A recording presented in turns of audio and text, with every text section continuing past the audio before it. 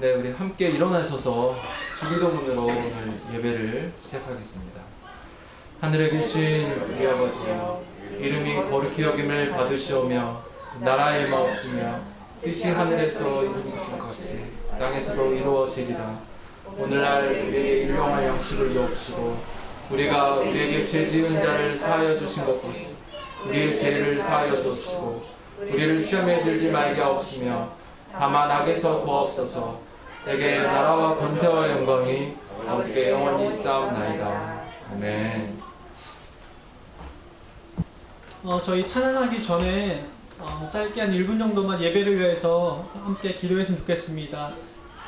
짧게 예배를 위해서 또 마음을 흐트러진 마음이 있다면 주님께 집중함으로 마음을 정돈하는 시간이 되었으면 좋겠습니다.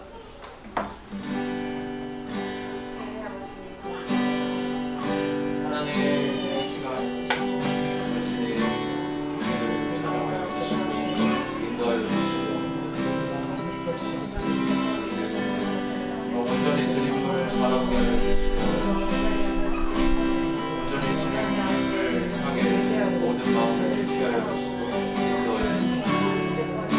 아버지의 사랑과 아버지의 은혜와 예수께서 마지막에 하여 주시고 하나님의 사랑으로 증거해주시고 하나님의 예를 하나님의 은혜로 나아갈 수 있도록 도와주시옵소서. 하나님 아버지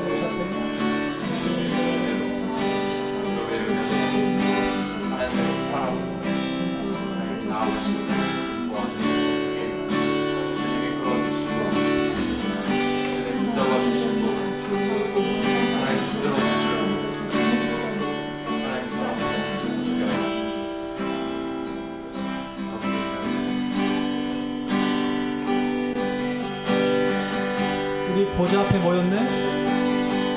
우리 보좌 앞에 모였네. 함께 주를 찬양하여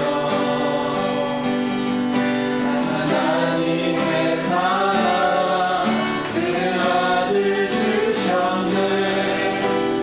그의 피로 우리 구원 받았네.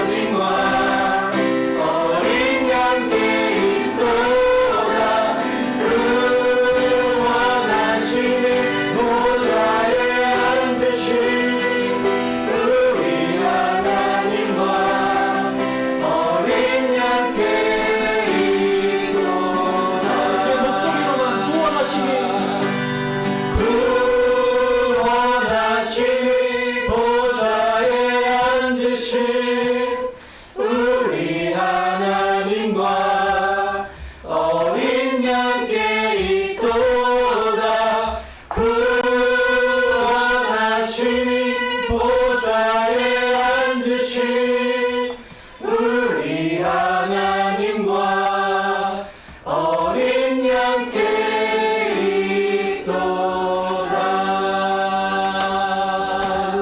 We're done. No.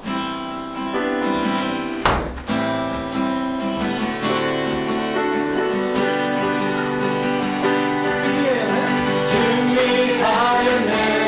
마리아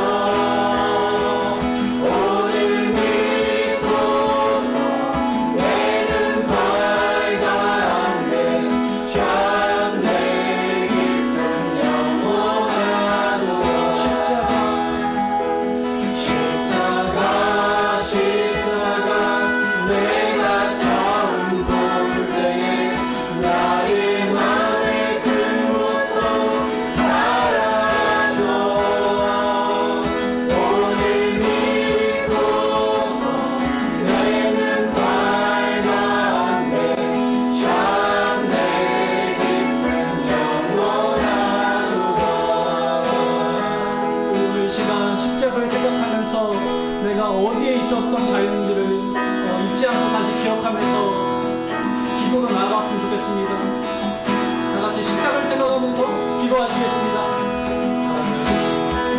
주님의 십자가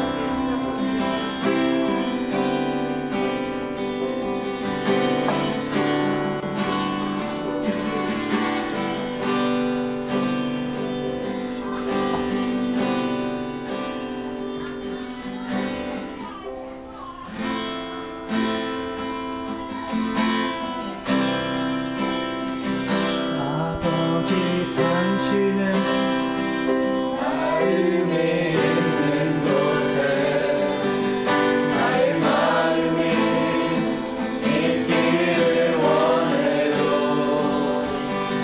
아버지 당신의 눈물이 고인 곳에 나의 눈물이 고이길 원해요. 아버지 당신의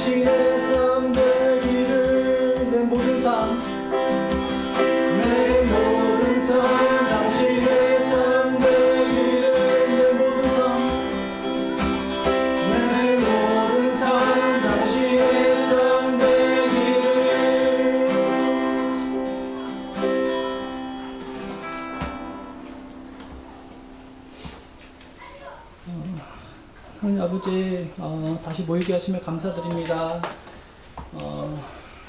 저희가 모일 수 있었던 것도 주님이 저희를 붙들고 계시고 저희 생명을 또한 죽어나가고 계시었음에 저희가 모일 수 있었고 또 한 주도 잘 보낼 수 있었습니다. 그런데 하나님 저희가 하나님 마음을 알길 원하지만 하나님에 대해서 너무나 모르는 게 많습니다. 그리고 하나님이 없는 모든 것 다 헛되고 불질된 건 부질 없는 것인데 때로는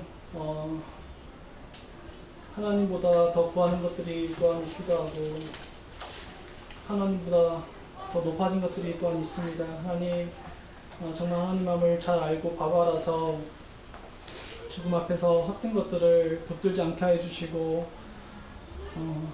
오직 주님만을 붙들게 하시고 의지하게 해주시옵소서.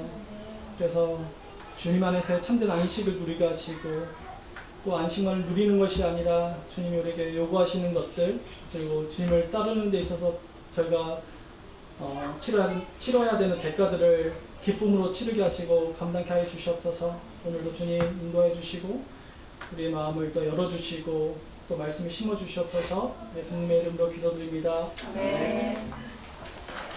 네, 오늘 말씀은 출애굽기 20장 12절에서 26절 말씀입니다. 제가 먼저 12절 읽고 한 절씩 교독하겠습니다. 내 부모를 공경하라. 그리하면 내 하나님 여호와가 내게 준 땅에서 내 생명이 길리라. 살인하지 말라. 간음하지 말라. 도둑질하지 말라. 그 다음에 내 이웃에 대하여 거짓 증거하지 말라. 내 이웃의 집을 탐하지 말라. 내 이웃의 아내나 그의 남종이나 그의 여종이나 그의 소나 그의 나귀나 내 이웃의 소유를 탐내지 말라. 뭇 백성이 우레와 번개와 나팔 소리와 산의 연기를 본지라. 그들이 볼 때에 떨며 멀리 서서 모세에게 이르되 당신이 우리에게 말씀하소서 우리가 들으리이다. 하나님이 우리에게 말씀하시지 말게 하소서 우리가 죽을까 하나이다. 모세가 백성에게 이르되 두려워하지 말라. 하나님이 임하심은 너희를 시험하고 너희로 경외하여 범죄하지 않게 하려 하심이니라. 백성은 멀리 서 있고 모세는 하나님이 계신 마음으로 가까이 가니라. 여호와께서 모세에게 이르시되 너는 이스라엘 자손에게 이같이 이르라.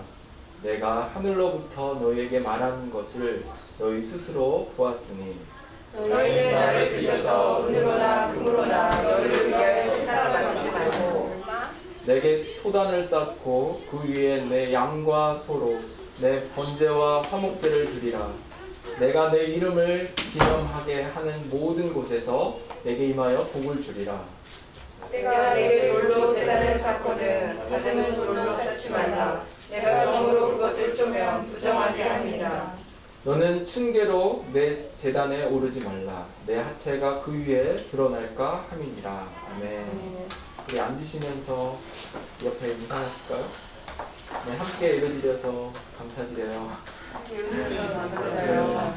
네. 네, 오늘 주일은 성령 강림 주일입니다. 오순절인데요. 기독교에서 세 가지의 절기가 있는데 하나는 성탄절, 또 우리가 잘 아는 부활절, 오늘이 성령 강림주일인데 부활주일의 7번째 주일이 바로 성령 강림주일 오순절입니다. 마치 교회의 생일인 거죠. 교회가 사도행전에 나오는 오순절 사건을 기념을 해서 생일인데 제가 지금 출애굽기를 말씀을 전하면서 지금 이 시내산에 지금 오순절 사건이 일어났다고 했잖아요. 지금 이 출애굽하고 50일째 지금 하나님께서 10계명, 하나님의 계명을 지금 주고 있습니다. 시내산 교회에 하나님이 이스라엘 백성들과 지금 언약을 맺으면서 10가지의 계명을 주시는데 지난주에 1계명에서 4계명을 저희가 살펴봤고 오늘은 5계명에서 10계명을 살펴보는데 지난주는 그 안식이 뭔가, 안식의 의미를 살펴봤다면 왜 하나님은 안식을 우리에게 주셨는지, 이스라엘 백성들에게 주셨는지 그 본질을 저와 여러분이 살펴보려고 합니다. 그러니까 하나님은 이스라엘 백성들을 출애굽시키는 것이 목적이 아니었습니다. 결국 하나님은 이스라엘 백성을 통해서 예배를 드리도록 예배를 받기 원한 그 하나님의 분명한 목적이 바로 안식입니다. 18절 볼까요? 백성들이 지금 하나님의 임재에 의해서 하나님이 그냥 이스라엘 백성에게 찾아오시는 것만으로 지금 압도되어 있는 모습인데요. 뭇 백성이 우레와 번개와 나팔 소리와 산의 연기를 본지라 그들이 볼 때에 떨며 멀리 서서 무엇을 보았나요? 우레, 번개, 나팔 소리, 산의 연기를 보았죠. 그러니까 하나님은 지금 초자연적인 이 상황을 통해서 하나님이 분명히 이스라엘 백성들이 기억할 만한 그 일들을 각인시켜주기 위해서 이 네 가지 장치를 지금 사용하고 계십니다. 그러니까 보이는 것으로 통해서 사실은 하나님이 말씀으로 그러니까 하나님을 들었다라고 표현하지 않고 하나님을 본 것 같이 마치 보이지 않는 하나님을 이스라엘 백성들이 이 초자연적인 이 상황들을 통해서 경험하게 그리고 하나님께서는 이 약속을 주시고 축복을 약속하시고 또 하나님의 이 계명을 지키지 않는 자들에게 저주를 결코 하나님이 변경하지 않는 굳은 의지로 지금 이스라엘 백성들하고 약속을 하고 계십니다. 그러니까 하나님의 영광이 한계가 있는 인간들이 받아들여야 되기 때문에 지금 하나님이 우레와 번개와 나팔 소리와 연기까지 동원하시면서 이스라엘 백성들에게 지금 하나님의 인재를 설명하고 있었습니다. 백성들은 이 하나님의 위엄 앞에 임재 앞에 어땠나요? 그들이 볼 때 멀리 서서 두려워 떨었죠. 그러니까 죄가 있는 인간은 하나님을 만난다는 그 자체는 두려운 일이에요. 사실 죽는 일이죠. 그러니까 하나님을 얼굴을 뵙기 원한다는 것은 죽기를 감당한 모습이죠. 대제사장들도 1년에 한 번 이스라엘 백성들을 위해서 들어가지만 자신의 목숨을 걸고 들어가는 그런 상황입니다. 그러니까 하나님을 만난다는 것 자체에 감당할 수 없는 두려움과 공포가 있는 것이죠. 그래서 이 백성들의 요구는 아담 이후의 범죄로 인한 인간의 그 타락 때문에 그 죄 때문에 하나님을 결코 볼 수 없어 19절에 모세를 통해서 중재자를 세우기를 원하는데 이게 신명기에 비슷하게 말씀이 나와서 제가 오히려 신명기 5장 27절을 제가 찾았는데 한번 같이 읽어볼까요? 시작! 당신이 가까이 나와서 우리 하나님 여호와께서 하시는 말씀을 다 듣고 우리 하나님 여호와께서 당신에게 이르시는 것을 다 우리에게 전하소서 우리가 듣고 해겠나이다 하였느니라. 그러니까 이스라엘 백성들이 할 수 있는 방법은 그 하나님의 임재에 하나님의 이스라엘 백성들을 만나주시는 그 상황 가운데 살 수 있는 유일한 길은 그 중재자를 세우는 것입니다. 그러니까 하나님께서는 지금 이 땅에 예수님을 통해서 지금 모세는 예수님의 그림자죠.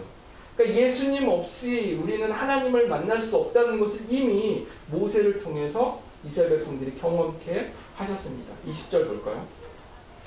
모세가 백성에게 이르되 두려워하지 말라.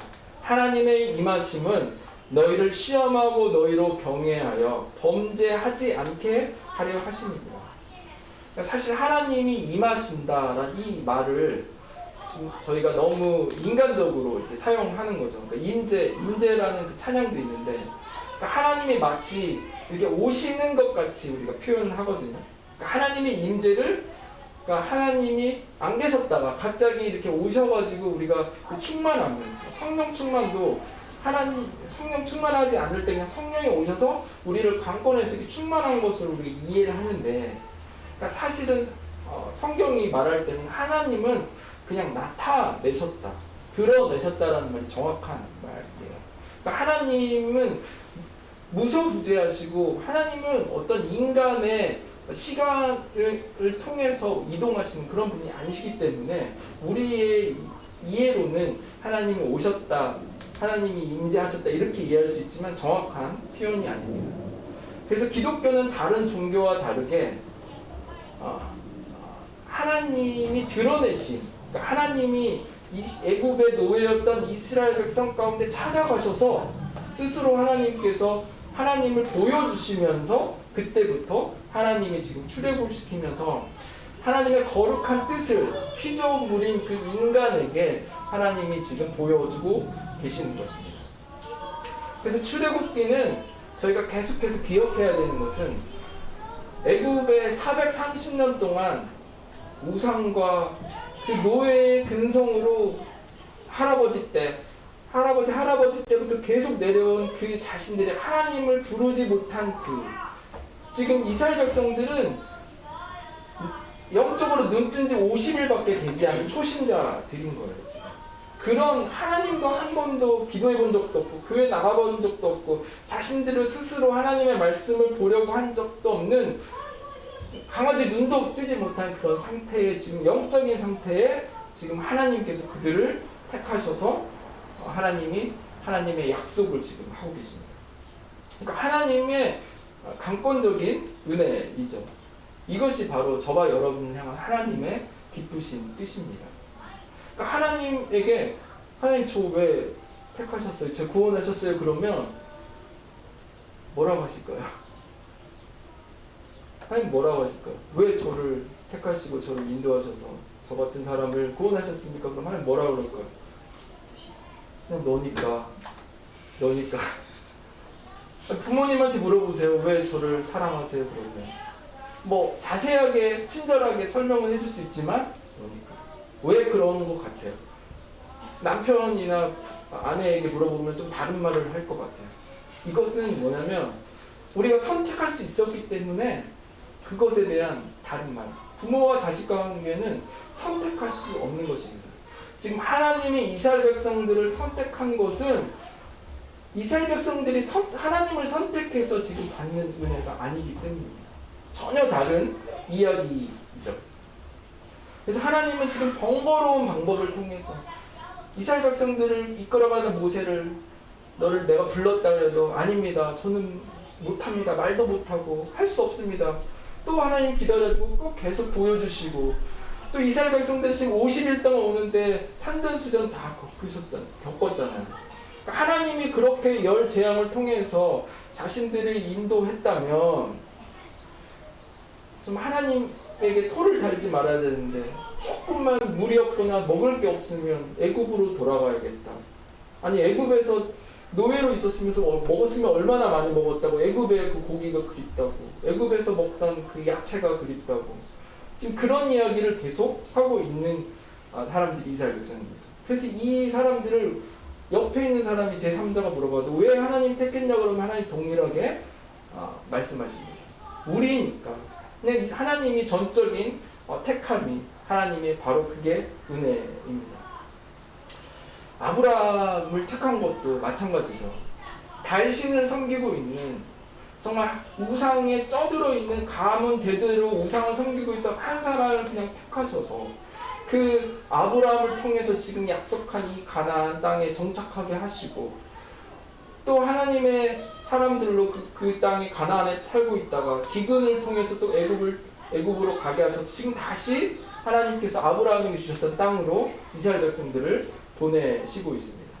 지금 하나님께서는 지금 시내산 교회, 이 시내산에서 다시 하나님의 공동체를 새롭게 언약을 맺어주시고, 사실 언약을 새롭게 맺은 것이 아니라 아브라함에게 주신 하나님 이미 주셨던 그 약속을 확증하는 그런 언약식입니다.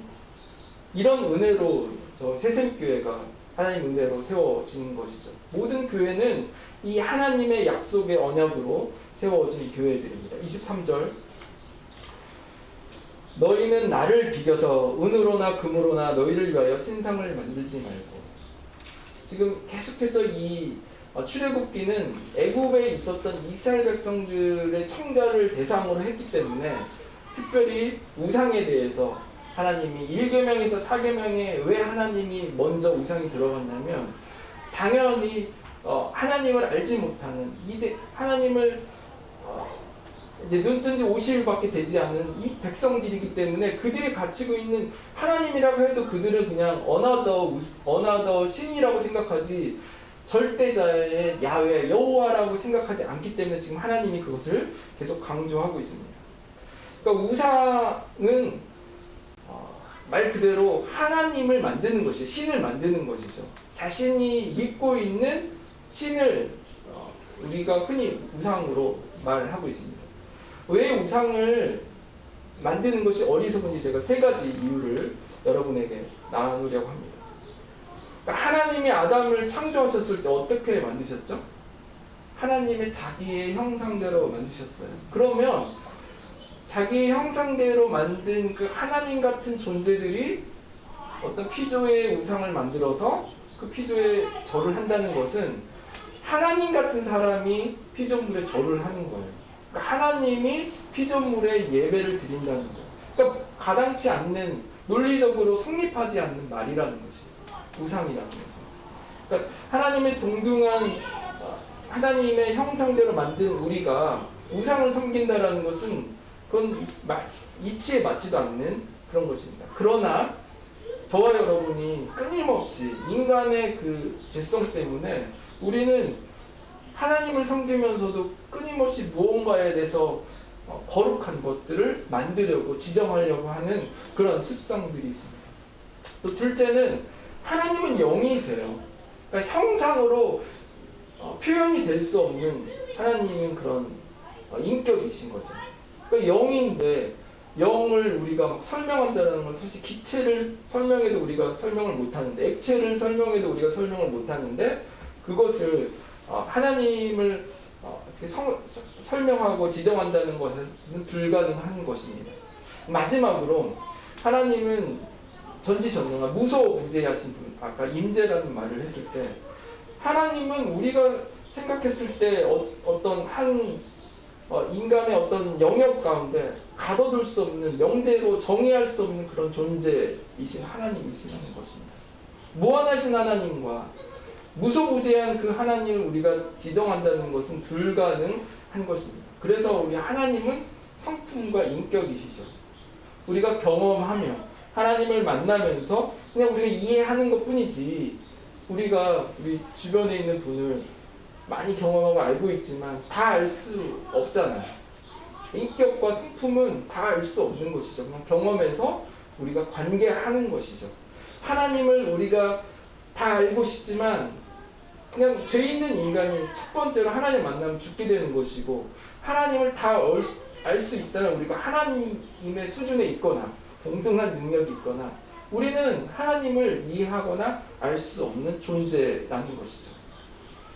창조물이기 때문에, 피조물이기 때문에. 그리고 또 은으로나 금으로나 너희를 위하여 신상을 만들지 말고, 제가 지난주에 우상은 뭐라고 그랬죠? 자신을 위해서 만드는 것이 우상입니다. 그래서 아무리 하나님을 위해서 한다고 했지만 그 속에서 우리를 위해서 하나님을 믿고 있을 때 그것이 우상이 되는 것이죠.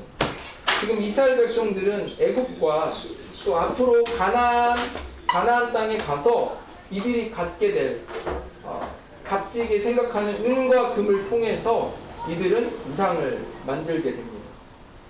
그러니까 아무리 좋은 은과 금으로 아무리 좋은 것으로 만든 그 신상일지라도 하나님과 이 피조물은 비교할 수 없습니다. 이 땅에서 가장 아름답고 가장 존귀한 것으로 하나님을 대체하려고 해도 그것들이 대체될 수 없다는 것입니다. 이제 예배에 그렇다면 하나님이 원하시는 그 본질이 뭔지, 하나님의 안식의 본질이 뭔지 24절부터 보겠습니다. 내게 토단을 쌓고 그 위에 양과 소로 내 번제와 화목제를 드리라. 이 토단을 쌓으라고 했어요. 그러니까 금속이나 어떤 우리가 석재나 특별하게 제단으로 만들 수 있는 것을 하지 말고 흙으로, 토단으로 지금 제단을 쌓으라고 했습니다. 26절 마지막에 이제 높게 하지 말라는 이야기가 이제 제사장에 대한 이야기가 나오는데, 어쨌든 하나님께서 지금 당시에 화려하고 정교하게 꾸며졌던 그 우상의 신상, 당시 애굽이나 다른 나라의 우상의 신상들은 어땠을까요? 옥황상제 같은 그런 거대한, 눈으로 봐도 정말 신이 있을 것 같은 그런 조물로, 그런 조각으로 신전을 만들었기 때문입니다. 하나님은 그런 것 말고, 그런 것, 우상들이 만드는 그런 물질, 그런 것 말고 그냥 흙으로, 그냥 심플하게 하나님이 원하신다는 것입니다. 그 예배를 하나님이 원하시는 것이 바로 이런 것입니다. 있는 모습 그대로 하나님이 드려주길 원하십니다. 둘째, 제단 자체가 우상화될 수 있습니다. 정말 의리의리한 제단에 있는 그런 그 교회들도 많이 있죠. 의자도 막 너무 커서 부담스러운 그런 제단들이 있는데 그런 이야기가 있어요. 어떤 교회에 이제 큰 하나님의 말씀을 기억하라고 예배 드리고 나서 그러니까 정문에 예배 드리고 나서 큰 비석으로 성경책을 이렇게 만들었어요. 근데 어르신들이 할머니들이 그 예배를 마치고 나면 거기를 이렇게 탑을 도는 거예요. 그 주위를. 그러니까 늘 우상을 섬겼던 그 무속신앙대로 그냥 믿는 거예요. 계속해서.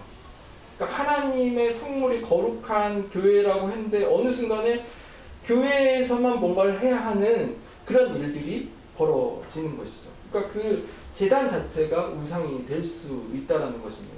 그러니까 하나님이 그 흙으로 토단으로 지금 제단을 원하십니다. 마지막으로 하나님 위에 다른 것으로 그 하나님의 대상을 삼지 말라고 하나님이 그렇게 흙으로 지금 제단을 만드셨습니다. 그 제단에서 너희의 번제와 화목제로 드리라고 합니다. 예배에서 지금 이 번제와 화목제가 필요하다는 것입니다. 번제가 뭔가요? 번제. 희생되는 어린 양이 필요하죠. 그 피가 필요하죠. 예수님의 보혈 없이는 우리가 드리는 어떠한 예배도 어떠한 하나님을 만날 수 있는 그 예배가 아무런 만약에 예수님의 보혈이 없다면 우리의 예배는 의미가 없다라는 것이죠. 또 화목제는 화평, 샬롬의 관계를 이야기하는 거잖아요. 하나님과 원수되었던 우리 죄인들이 예수 그리스도를 통해서 샬롬의 관계, 화목해 되는 그런 것이 바로 예배라는 것입니다. 그래서 우리가 거룩하게 여기는 그 어떠한 것보다도 이 그리스도의 보혈로 우리가 중요하게 생각하는 어떤 법계, 우리가 중요하게 생각했던 어떤 말씀의 권위보다도 지금 예수님의 보혈, 온전한 예배를 지금 이 흙으로 만든 토단에서 드리라고 하고 계십니다. 25절 볼까요? 내가 내게 돌로 제단을 쌓거든 다듬은 돌로 쌓지 말고 내가 정으로 그것을 쪼면 부정하게 합니다. 그러니까 다듬지 말라는 것이죠. 인위적인 어떤 노력을 하지 말라는 것이죠. 나중에 이제 성막을 만들 때도 마찬가지예요. 뭐 어떤 은잔을 만들 때도 그냥 한 달란트로 그냥 그걸로 만들지 뭐 나눠가지고 조립해가지고 띄워가지고 하지 않게 모든 것을 그냥 있는 그대로 통째로 사용하시는 것이 하나님의 성품을 그대로 드러내고 있습니다. 그래서 사실 예배 우리가 여러 가지를 살펴볼 때 불필요한 것들을 제거하는 것은 되게 중요한 일이죠. 그러니까 예배를 드릴 때 우리의 전통이기 때문에 그러니까 예수님이 이 땅에 오셨을 당시만 해도 그 바리새인들이 말하는 그 전통 때문에 그 율법에 사람들이 얽매여서 하나님을 예배 드리지 못하는 그런 상황까지 오게 되는 것이죠. 교회 안에서도 계속해서 이런 일들이 만약 일어난다면 전통이라는 이유하에 어떠한 것들을 새로운 영혼들, 죄인들을 받아들일 수 없다면 그것들을 경계해야 하는 것입니다. 마치 선교지에서 예배 드리듯이 우리가 늘 레귤러하게 드리는 그 예배 장소 말고 저희들도 선교지에 가면 어떻게 하죠? 정말 본질적인 것 위에 다른 것들 다 놓고 사역하게 되잖아요. 그러니까 다른 것을 다 놓고 예배하게 되잖아요. 그런데 우리가 정해진 곳에 오면 계속 무언가를 다듬으려고 하고 무언가를 포장해야지만이 더 우리의 그것들이 하나님의 인재를 느낀다고 생각하는 우리의 그것들을 내려놓으라는 것입니다. 점점점 예배가 콘서트화되고 좀 그런 조명이나 이런 음향이나 이런 것에 의해서 우리가 보여지는데 어쨌든 본질을 잃어버리지 않는 것이 중요합니다. 이제 이것을 기반으로 해서 5계명에서 10계명을 저희가 한번 살펴보겠습니다. 12절 내 부모를 공경하라. 이 공경하다라는 거는 12절이요. 내 부모를 공경하다라는 것은 무겁다, 존귀하다 그런 의미의 원어의 뜻을 갖고 있어요. 그러니까 절대적으로 무겁게 공경하고 존귀하게 부모님을 생각하라는 것이죠. 그러니까 하나님이 이 땅에서 인간들에게 하나님을 볼 수 있는 어토리티, 권위를 부모님에게 주었습니다. 그러니까 보이지 않는 하나님을 조금이나마 우리가 경험하게 하는 것이 바로 부모님입니다. 그래서 부모를 공경하는 일을 하나님은 지금 똑같은 카페드라는 그 원어를 사용하면서 하나님을 공경할 때 쓰는 그 단어를 동일하게 부모의 단어에 지금 본문에서 사용하였습니다. 그러니까 너희가 나를 섬기듯이 너희 부모를 섬겨라라는 것이죠. 그러니까 단순히 부모는 이 땅에서 우리 생물학적으로 우리를 낳아주는 그런 부모님 혹은 또 우리를 양육해준 그런 고마움 이상으로 하나님이 지금 지정하신 것은 나와 동등한 권위를 가진 매체를 우리에게 다 부모님으로 주셨습니다. 그래서 부모를 공경하는 일은 너무나도 하나님이 중요하게 여기고 계시는 것입니다. 근데 이 이야기를 유대인들의 좀 배경을 갖고 있으면 쉽게 이해할 수 있습니다. 이후에 이제 흔하게 이제 유대인들 사이에서 일어났던 고르반의 전통이라는 게 있어요. 혹시 아세요? 고르반의 전통이 뭐냐면 예를 들어서 하나님께 드릴 몫이 이만큼 있고요. 부모님에게 드릴 몫이 이만큼 있었어요. 그런데 하나님께 드리는 몫이 조금 내가 더 드리고 싶어서 부모님에게 드릴 것까지 하나님께 드리면 부모님에게 안 드려도 되는 거예요. 이것을 악이용한 법꾸라지라고 하잖아요. 그러니까 자기가 부모님에게 드리기 싫어서 하나님에게 드릴 거라고 말하면 부모님에게 대접도 안 해도 돼요. 효도 안 해도 돼요. 이것은 하나님 것이기 때문에 더 이상 부모님에 대해서 책임을 지지 않아도 된다는 거지. 그리고 나서 부모님이 돌아가시면 다시 그것이 자기 것이 되는 그런 유대인의 행태를 지금 본다면 이 부모님을 공경하라는 말이 얼마나 그때 당시에 타락함을 보여주는지를 알 수 있습니다. 그래서 앞으로 지금 가나안 땅에서 이 세상의 문화를 받을 지금 하나님이 주신 모든 율법은 당장 쓸 율법이 아니라 앞으로 하나님이 약속한 그 가나안 땅에 가서 그 세상의 문화에 너희들이 살 때 필요한 것들을 지금 하나님이 주고 계시는 것이거든요. 그러면서 이 유대인들이 지금 고르반의 전통을 이해했다면 지금 하나님이 내 부모를 공경하라는 이 하나님을 공경하는 동일한 이 카파드라는 단어를 썼을 때는 무슨 말인지는 이해했다는 것입니다. 그래서 에베소서의 말씀에 영적인 아버지 같은 이 부모님을 6장 1절 3절에 6장 1절에서 3절인데요. 우리 같이 한번 읽어볼까요? 시작.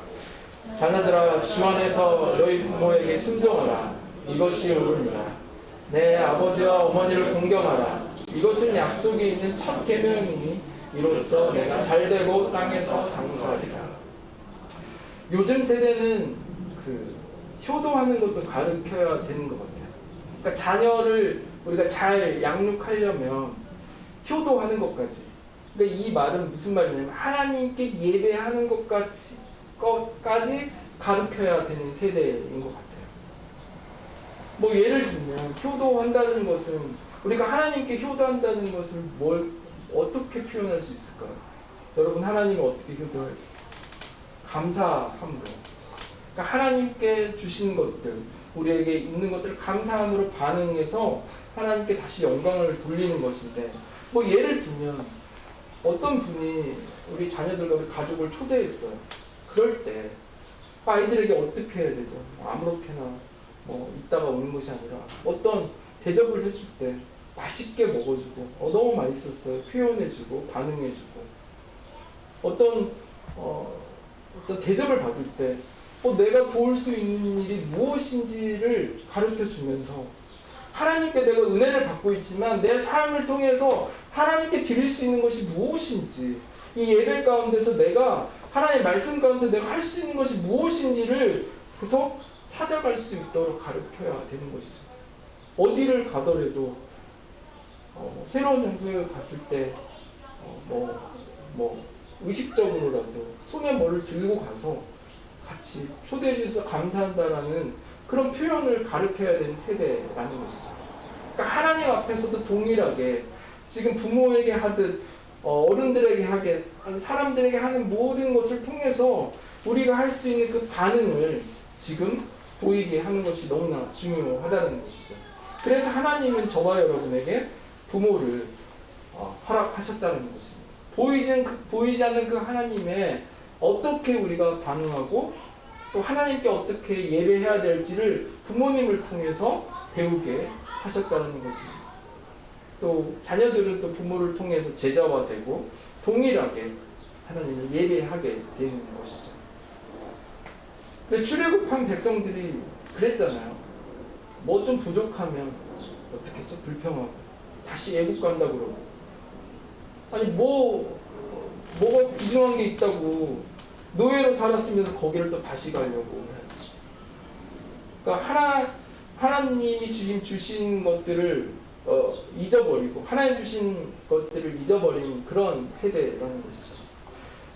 효도하는 것만을 보면 여러분 잘 생각해 보세요. 효도한다라는 것은 효도하고 있는 그 자녀들이 얼마나 큰 복을 받았냐면, 그러니까 효도하고 있는 것 이상으로 그 전에 그들이 효도하려고 하는 그 마음을 이미 하나님께 주신 게 복인 거죠.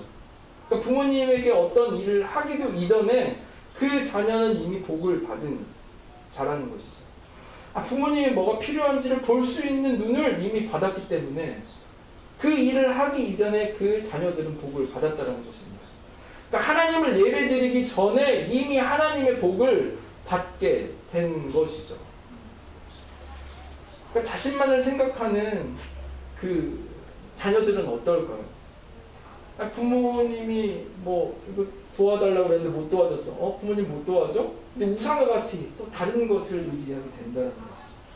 자녀들이 효도를 못하게 되면 자신들의 필요를 채워줄 또 다른 우상, 또 다른 자신들의 그 필요를 채워줄 것들을 찾게 되는 그런 일들이 벌어진다는 것이죠.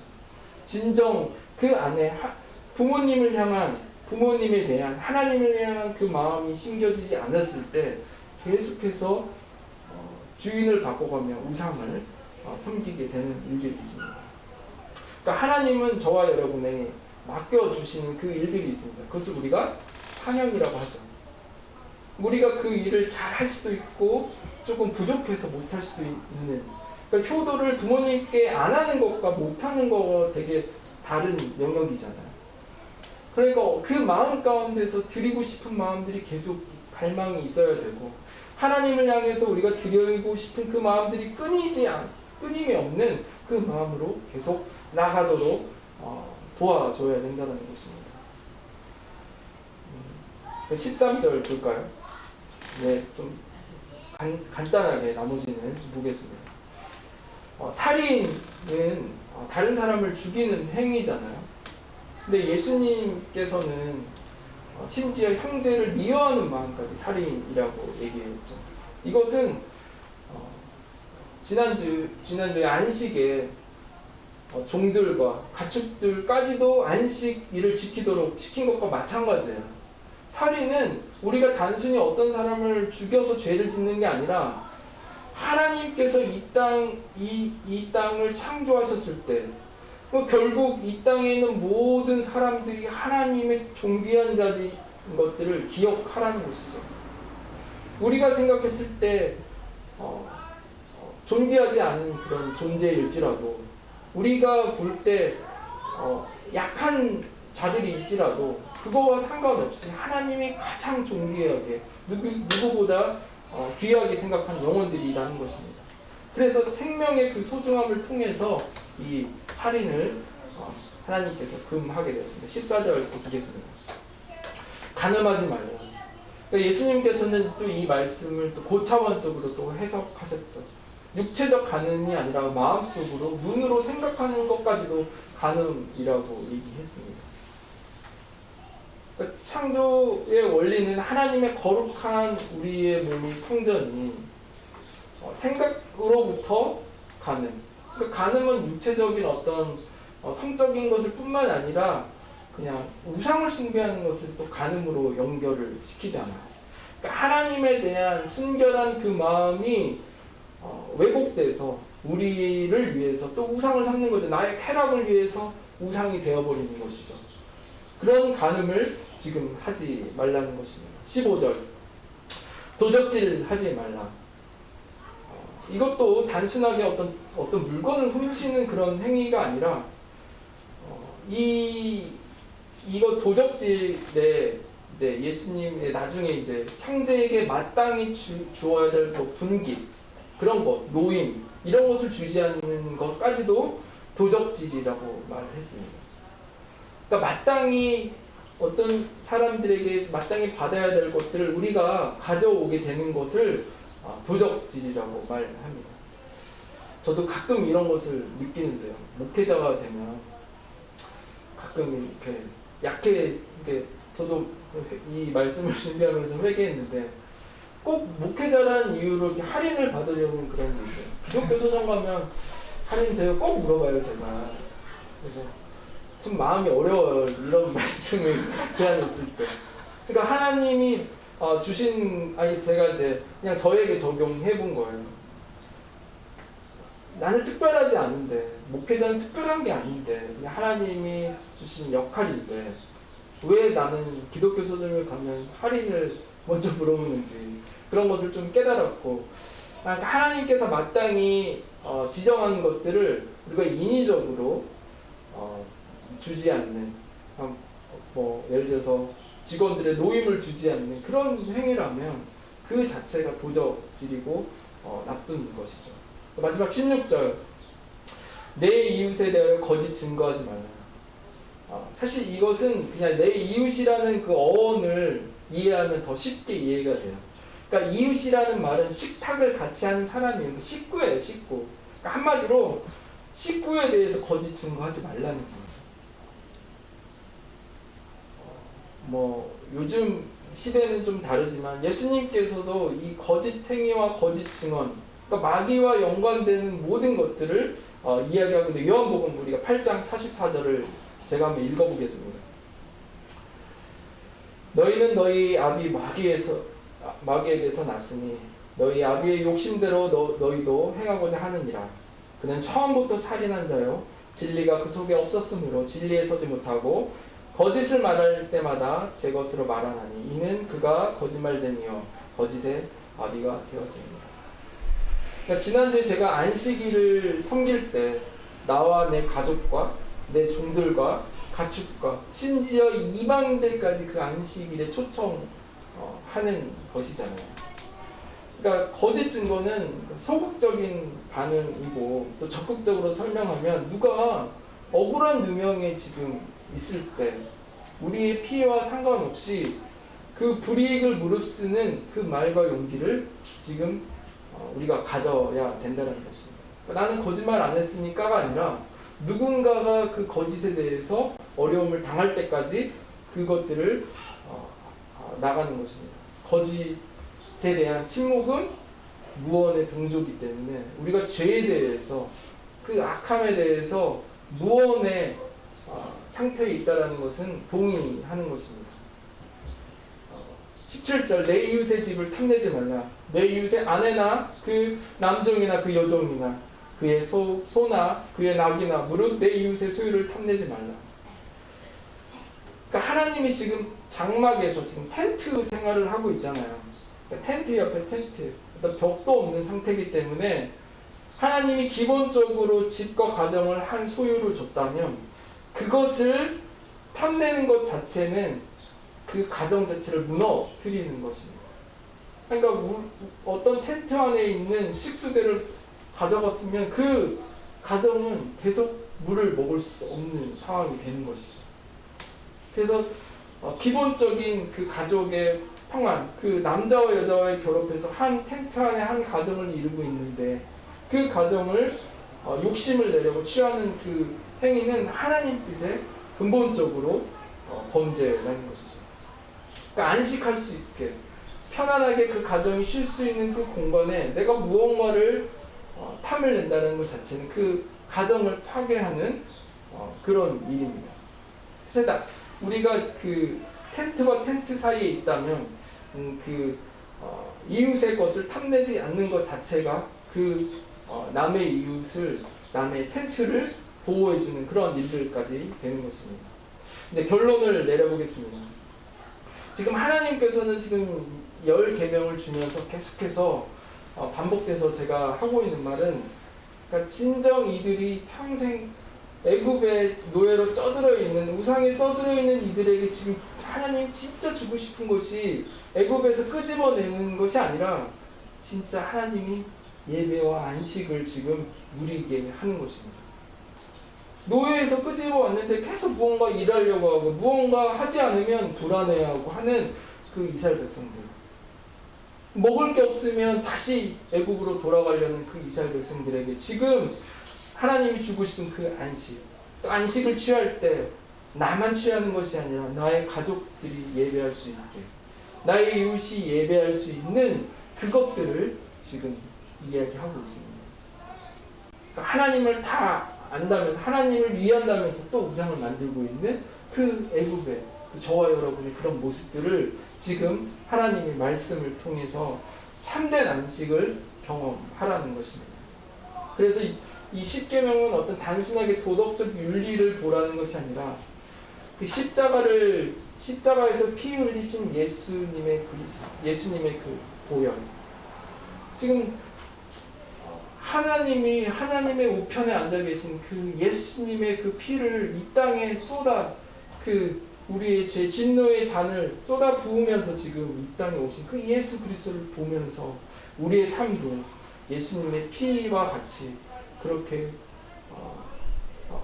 영혼들에게 화목할 수 있도록 어린 양의 피로 우리가 죄로 인해서 하나님과 끊어졌던 모든 관계를 화목해 했던 것 같이 우리의 삶이 그렇게 가기를 원하십니다. 예수님이, 하나님이 저와 여러분에게 자유를 선포하십니다. 그때 여러분은 다시 자유를 누려야 되는데 다시 애국으로 돌아가려고 하는 우리의 모습들을 걷어내고, 또 하나님을 섬긴다고 하면서 만들었던 그 우상들을 걷어내고, 하나님이 토단에 흙으로 만드는 그 제단 앞에 예배드리게 한 그 이유를 생각하시면서 우리가 계속해서 많은 사람들에게 자유를 선포하기를 축복합니다. 아멘. 우리 이 시간 함께 기도하면서 나갔으면 좋겠습니다. 하나님의 임재를 우리 예배 가운데 부어달라고, 하나님 아닌 다른 것으로 우리가 하려고 하는 그런 것들이 있습니다. 심지어 하나님이 주신 그 복들까지도 은으로 금으로 포장하고, 우리 자녀들도 은으로 금으로 포장해 가면서 하나님을 위한다고, 하나님이 주신 자녀들이기 때문에 내가 그것들을 한다고 하는 것들이 있는데, 하나님, 우리가 정말 하나님이 쌓은 그 토단 안에서 있는 모습 그대로 주님 가운데 가길 원합니다. 하나님, 우리 가운데 하나님의 임재를, 하나님의 그 부어지는 은혜가 있게 해달라고, 우리 자신의 모든 것을 걷어달라고 기도하겠습니다. 하나님, 이 시간 주님께 하나님 앞에 기도합니다. 하나님, 우리를 받아주시고 인도하여 주시고, 하나님, 나의 연약한 모든 것까지 주님께서 사용하여 주시고, 성령으로 인도하여 주시고, 그리스도의 은혜로, 아버지의 은혜로, 하나님 은으로 만들었던, 금으로 만들었던 그 모든 것들을 정말 내려놓게 하여 주시고, 하나님, 예배 가운데 정말 포장했던 모든 것들 하나님 내려놓고 다시 주님으로 향하게 하여 주옵소서. 하나님, 순결하게 하여 주시고 거룩하게 하여 주시고 주님 가운데 나아갈 수 있도록 주님 도와주시옵소서. 하나님, 우리 계속해서 하나님 내 안에 더 순결함으로 주님 나아가게 해달라고, 그리스도의 보혈로 나가게 해달라고, 어린 양 대신 예수 그리스도를 닮아가는 삶이 되게 해달라고 우리 같이 기도하겠습니다. 하나님, 내 안에 속에 정말 순수하지 못한 하나님, 주님 아닌 다른 곳으로 나를 채우려고 하는 그런 모든 모습들 하나님 바꿔주시고, 소박하고 순결하고 정직하고 정말 담백한 그 마음으로 주님 가운데 나아가게 하여 주옵소서. 하나님, 어린 양 대신 주님의 보혈로만 하나님 거룩하게 하여 주시옵소서. 다른 어떤 것을 쫓아가지 않게 하여 주시고, 다른 것에 마음을 두지 않게 하여 주시고, 주님의 그 보혈이 나를 씻겨주시고 나를 새롭게 하여 주시고 나를 온전하게 주님 만들어 주시옵소서. 하나님의 은혜로 나아가게 주님 도와주시옵소서. 마지막으로 우리 새샘교회 예배 가운데 선포되는 보혈의 능력이 계속 나아갈 수 있게 해달라고, 정말 우리의 지긋지긋한 그 죄를 예수 그리스도께 자유를 선포하실 때 우리가 반응하게 하여 주시고, 아직도 애굽을 그리워하는 그 어리석음이 매 순간 있을 때 하나님, 정말 우리 예배 가운데 그 안식을 선포하는 예배가 되게 해달라고 우리 같이 기도하겠습니다. 하나님, 우리를 붙들어 주시고 붙잡아 주시고, 하나님, 진정 주님 가운데 참 기쁨과 안식이 무엇인지를 또 선포하는 하나님의 말씀이 정말 일어나는 그런 예배가 되게 하여 주옵소서. 하나님 아닌 다른 곳으로 하나님 우리의 마음을 두었던, 재단을 쌓았던 것들을 내려놓고 온전한 하나님의 마음, 또 다시 주님 그리스도의 보혈의 능력이 하나님 죄에서부터 자유함에서 또 우상을 세우려는 모든 마음에서부터 자유할 수 있는 하나님의 참 기쁨과 은혜가 주님 일어나게 주님 도와주옵소서. 오직 주님으로 나아가게 주님 도와주옵소서.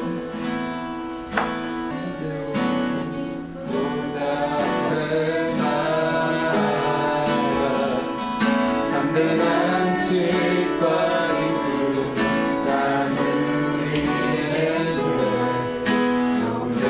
경배하며 주의 얼굴을 보아야 돼. 진실하신 주님 찬양. 우리 한 번 더 주님 보좌 앞에, 주님 보좌 앞에 참된 안식과 기쁨 나누리는 경배하며 주의 얼굴을 보아. 아멘. 진실하신 주님 신실하신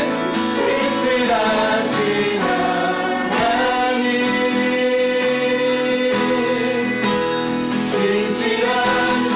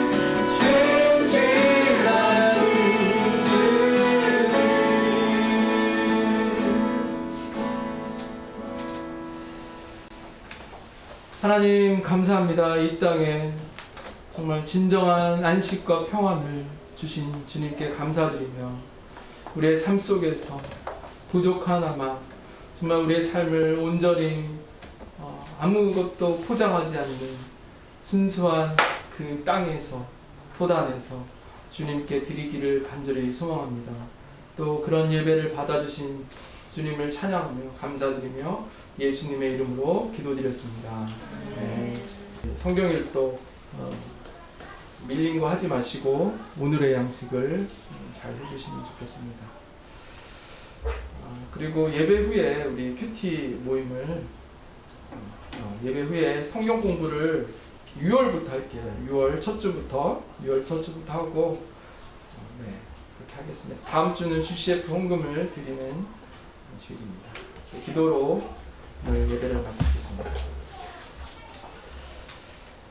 주님께 정성껏 드린 이 예물이 하나님 나라에 귀하게 사용되게 하여 주시고 드린 가정마다 30배, 60배, 100배에 대한 넘치는 하나님의 축복이 있기를 기도드립니다. 이제는 우리 구주 예수 그리스도의 은혜와 하나님의 극진하신 사랑과 성령님의 감화 교통하심이 진정한 예배를 어린 양의 보혈로 쏟아 부으며 우리와 관계하는 모든 영역 가운데 안식을 선포하기로 작정하신 성도님들 머리 위에와 가정과 직장과 열방 위에와 또한 선교지 위에 또 앞으로 주실 복중의 믿음의 자녀들까지도 지금부터 영원까지 함께 계시기를 축원하옵나이다. 아멘.